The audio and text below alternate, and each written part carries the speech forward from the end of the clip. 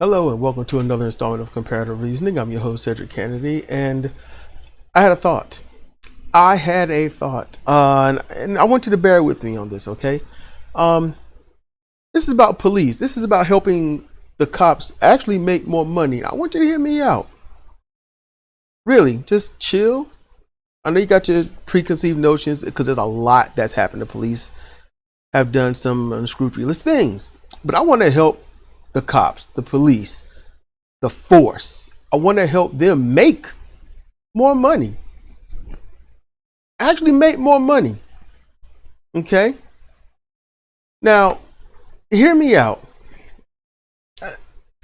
The police have a record of going after those with little to no money, getting them in the system, putting them in the system and hurting them within the system.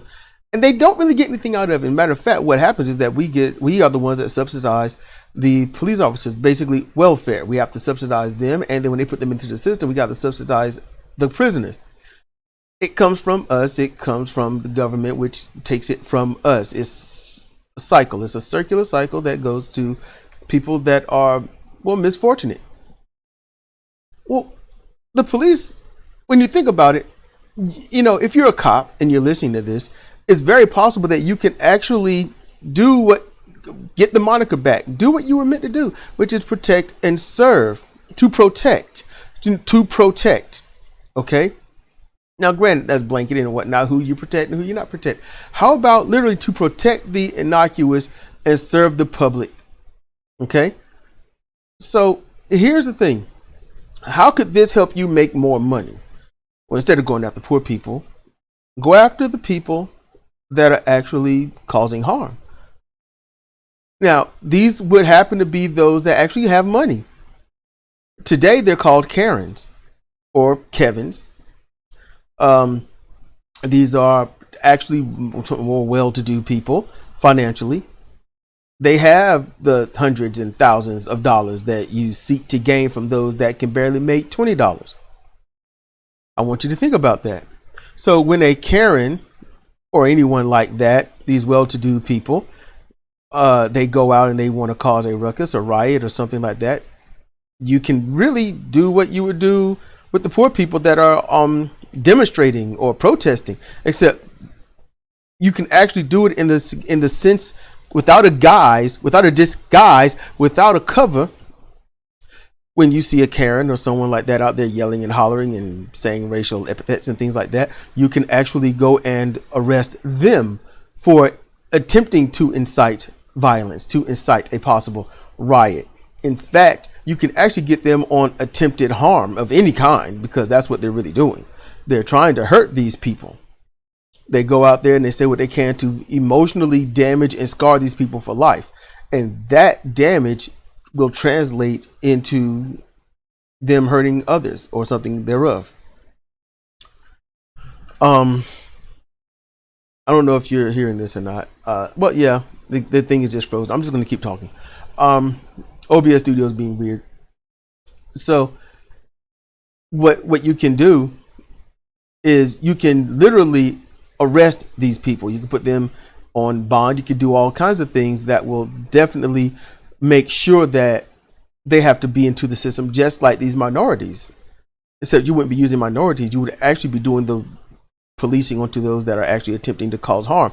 Matter of fact, those that actually use you to harm others. That's like a hit job. I mean, that's against the law, isn't it? Granted, I understand the police force and that they are definitely supposed to be geared against minorities and whatnot. But what is the point of going after those with no money, no power, no nothing? Why don't you go after those that have the money and practically no power other than their self-entitlement and privilege? Go after them. They want to go into a store and they want to not wear their mask and they want to spread possible disease, virus, or anything like that. After 1.2 or 3% of the nation has died, within a year. Right now, I can say a year. But they aren't heeding to that. They do not care about public safety, and public safety would be your job. That would be your thing, your goal. And they are making sure to be a complete, total public health risk. You have to eliminate that risk. If you are afraid of minorities running away from you, then what do you think about the majority spewing of deadly virus at you? It would be self-defense, whatever you do. Now, I'm not saying you have to kill. No, I am saying that you have to defend yourself. You have to get these people mouths muzzled or quieted or covered or something before they can infect you and or others. And when you put them on bond or anything like that, they will be able to pay it. When you put them into the system, we would not have to subsidize because they have the money to cover for it. Somebody's going to cover for them. This is going to happen. They have the money. Minorities don't. These people are all over the place. They are. And there's plenty of money.